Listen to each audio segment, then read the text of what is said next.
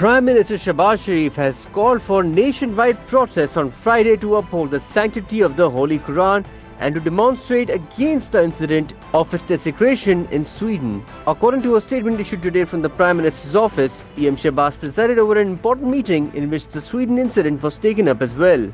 The Prime Minister decided that 7th July would be marked as a day to uphold the Quran's sanctity and a nationwide protest would be taken out against the Sweden incident. The Premier appealed to the entire nation, including all political parties, to participate, saying that the entire nation will become one and give a message to the miscreants. He also ordered the PMLN to fully participate in the protest and take out protest rallies across the country. The Prime Minister further decided to summon a joint session of the Parliament on Thursday, ordering that a national plan of action should be drawn up on the Sweden incident in the session.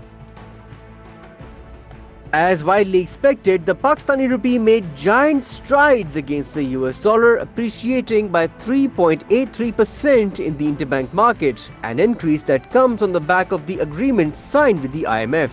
At close, the currency settled at 275.44, an increase of 10.55 rupees, as per the State Bank of Pakistan. Last week, the rupee registered back-to-back gains against the US dollar to settle at 285.99. Markets were shut for the Eid holidays last week and a bank holiday on Monday. Meanwhile, experts said that the currency market is responding to the Pakistan-IMF agreement. On Friday, the IMF and Pakistan reached a new $3 billion 9-month standby agreement after the country failed to complete yet another IMF Extended Fund Facility program of $6.5 billion, which ended unsuccessfully on 30th June 2023. However, the new standby agreement is being seen as a major positive for the battered economy that faced an incessant delay in revival of the IMF program.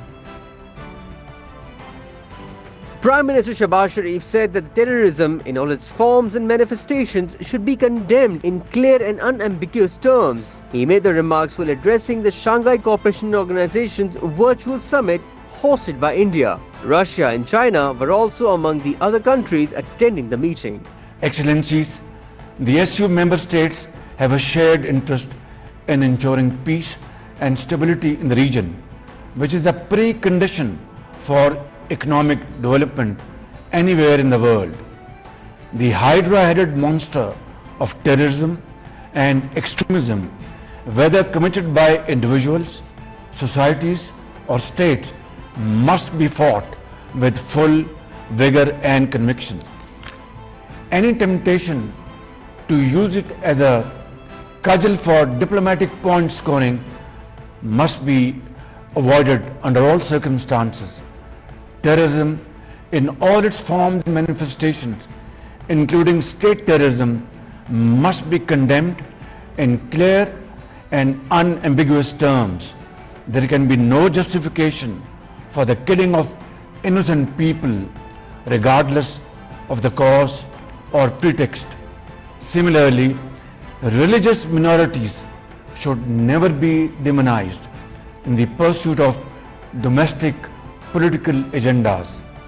While the sacrifices made by Pakistan in fighting terrorism are without parallel, this scourge continues, unfortunately, to plague our region and remains a serious obstacle to the maintenance of peace and stability.